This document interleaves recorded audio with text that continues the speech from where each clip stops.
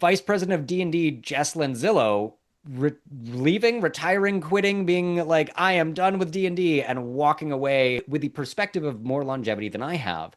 When something like the 2024 rules, like the 5.5, when a big project is done like that, is it more normal than I think to see, kind of a top chunk of the brain trust then walk out the door? I think it's very important to separate Crawford and Perkins from what we're seeing around Miss Lanzillo, as well as Mr. Todd Kenreck, who was a major video specialist. He also created he was kind of, if you ever watched like those promotional videos, you had Perkins sitting over here, and then the other side was this other dude. That was Todd.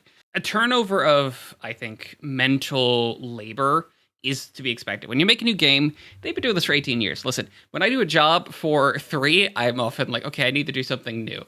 I don't know if I could do 18 years. So there's nothing I think too surprising around that because now they've created the product. They were involved in 2014. They were involved in 2024 now. They're leaving a very good legacy. When it comes to Kenrick and Lanzillo, though, we're definitely leaning more into speculative territory. Lanzillo was very openly just like, I'm stepping down in a post she made on her social media, which doesn't tell us a ton. It could be she was laid off and it's just stating that. It could be that.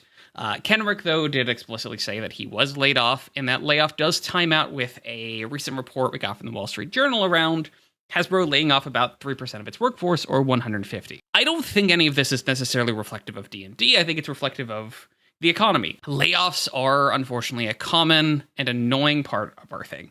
When you have to tell a bunch of people, hey, you can't work here anymore because we don't have the money, or because we want to save up. A lot of those reasons are legitimate, lack of budget. Others are, we're going to replace you with AI.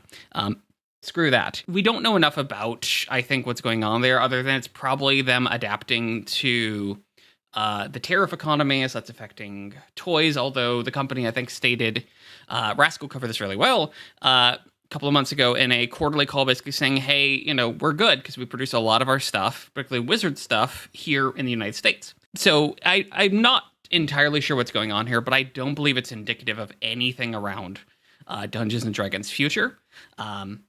Other than I will be very curious to see who replaces Miss Lanzillo, as she's someone who I've seen. I've contacted her a couple of times for stories, and she certainly commented on plenty. She was kind of the face around a number of things, so I will be curious who steps into her role. But beyond that, I don't think this is indicative of anything of the hobby.